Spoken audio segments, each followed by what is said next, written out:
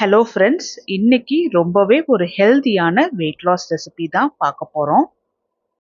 நம்ம சேனலில் எல்லா ரெசிபீஸுமே அரிசி சேர்த்தாம தான் செய்கிறோம். ஆனாலும் சாஃப்டாக ஸ்பாஞ்சியாக இருக்கும். ஸோ இது வெயிட் லாஸ் பண்ணுறவங்களுக்கு மட்டும் இல்லாமல் சுகர் இருக்கிறவங்களுக்குமே ரொம்பவே ஹெல்ப்ஃபுல்லாக இருக்கும்.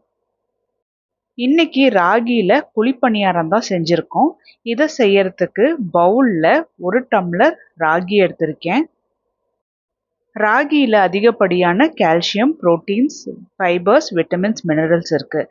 இது நம்மளோட போன் ஹெல்த்துக்கு, சுகர் லெவல் மேனேஜ் பண்ணுறதுக்கு, வெயிட் மேனேஜ் பண்ணுறதுக்கு ரொம்பவே ஹெல்ப்ஃபுல்லாக இருக்கும். அதே டம்ளரில் பாதி டம்ளர் உளுந்து. நான் கருப்புளுந்து தான் எடுத்திருக்கேன். கருப்புளுந்தை ரொம்பலாம் கழுவி தோல் நீக்கணுங்கிற அவசியம் கிடையாது. இதில் 1/4 டீஸ்பூன் வெந்தயம் சேர்த்தி 4லிருந்து 5 முறை நல்லா க்ளீன் பண்ணி எடுத்துடணும். ராகியை நல்லா கசக்கி க்ளீன் பண்ணணும். அப்போ தான் நல்லா டஸ்டெல்லாம் எதுவும் இல்லாமல் நல்லா நீட்டாக க்ளீன் பண்ண முடியும். இதெல்லாமே நல்லா முங்குற அளவுக்கு தண்ணி ஊற்றி ஒரு 5 மணி நேரம் ஊற வச்சிடலாம். 5 மணி நேரத்துக்கு அப்புறம் ராகி, வெந்தயம், உளுந்து இது 3மே நல்லா ஊறி வந்திருக்கு. இதை தண்ணியிலிருந்து வடித்து எடுத்து மிக்ஸி ஜாருக்கு ட்ரான்ஸ்ஃபர் பண்ணி தேவையான அளவுக்கு தண்ணி ஊற்றி நல்லா நைஸாக அரைச்சி வேற ஒரு பவுலில் மாற்றி எடுத்து வச்சிடலாம். மாவில் தேவையான அளவுக்கு உப்பு போட்டு கையை வச்சு நல்லா கலந்துவிடலாம். கையை வச்சு கலக்கும் போது நல்லா புளிச்சு வரும். மாவு நல்லா புளிச்சு வரும்போது தான் நல்லா சாஃப்டாக குழிப்பணியாரம் செய்ய முடியும். இதை ஒரு 8 மணி நேரம் நல்லா புளிக்க வச்சுருவோம். 8 மணி நேரத்துக்கு அப்புறம் பாருங்கள் ராகி மாவு எந்த அளவுக்கு நல்லா பர்ஃபெக்டாக புளிச்சு வந்திருக்குன்னு. இதை கரண்டி வச்சு ஒரு முறை நல்லா கலந்துட்டரணும். மாவு கரெக்டான பதத்தில் இருக்குது. இப்போ தாளிப்புக்காக பேனில் 1 டீஸ்பூன் தேங்காய் எண்ணெய் ஊற்றி எண்ணெய் சூடான உடனே 1 டீஸ்பூன் கடுகு, 1 டீஸ்பூன் ஜீரகம், 1/4 டீஸ்பூன் உளுந்து, 1/4 டீஸ்பூன் கடலைப்பருப்பு, 2 நார்மல் சைஸ் பச்சை மிளகா சின்னதாக கட் பண்ணி போட்டுக்கலாம். அதே போல் கொஞ்சமாக கருவேப்பிலையுமே சின்னதாக கட் பண்ணி போட்டுக்கலாம். இதை மிதமான சூட்டில் வச்சு நல்லா பொறுமையாக வறுத்து எடுத்துக்கணும். இது எல்லாமே நல்லா வறுப்பட்ட உடனே ஒரு நார்மல் சைஸ் வெங்காயத்தையுமே சின்னதாக கட் பண்ணி போட்டு நல்லா கலந்து விட்டுறலாம். வெங்காயம் நல்லா வதங்கி வரணும். வெங்காயத்திலேயே கொஞ்சமாக உப்பு சேர்த்து நல்லா வதக்கி எடுத்துக்கணும். அப்போ தான் இந்த வெங்காயத்தில் உப்பு பிடிச்சி அந்த டேஸ்ட் இருக்கும். வெங்காயமும் நல்லா வதங்கின பிறகு இதை மாவில் போட்டு நல்லா முழுமையாக கலந்துட்டுறணும். குழிப்பணியாரம் சாப்பிடணுன்னு ஆசையாக இருக்கும்போது அரிசி மாவில் தான் சாப்பிடணுங்கிற அவசியம் இல்லை. போல் ராகிலையும் ரெடி பண்ணிடலாம்.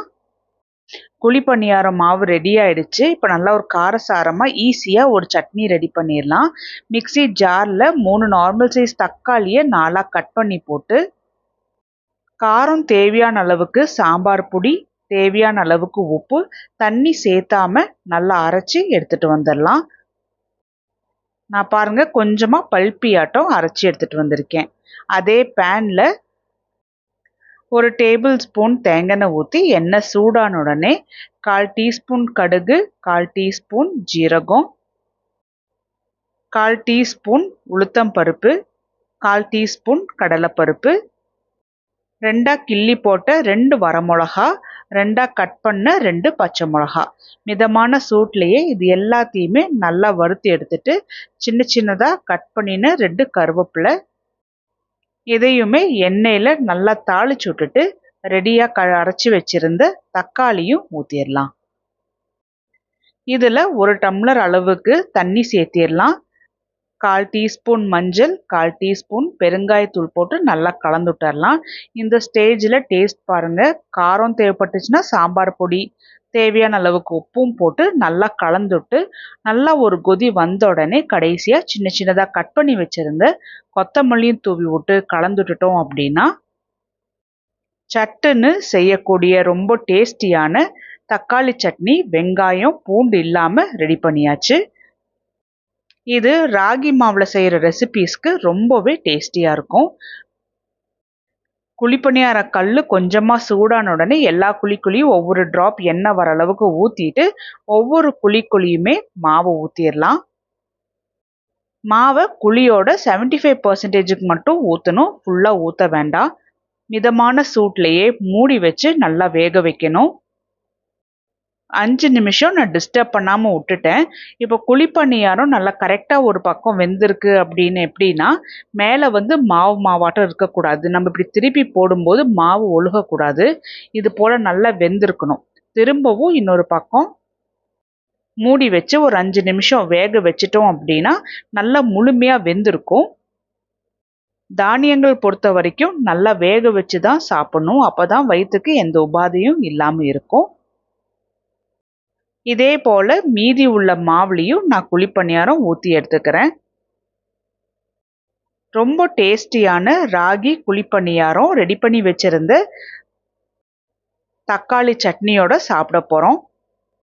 இந்த ரெசிபி வெயிட் லாஸ் பண்ணுறவங்களுக்கு மட்டும் இல்லாமல் சுகர் இருக்கிறவங்களுக்கும் ரொம்பவே யூஸ்ஃபுல்லாக இருக்கும். இது போல் ரெகுலராக அரிசி சேர்த்தாத வெயிட் லாஸ் ரெசிபீஸ்க்கு நம்ம சேனலை மறக்காமல் சப்ஸ்கிரைப் பண்ணிக்கோங்க.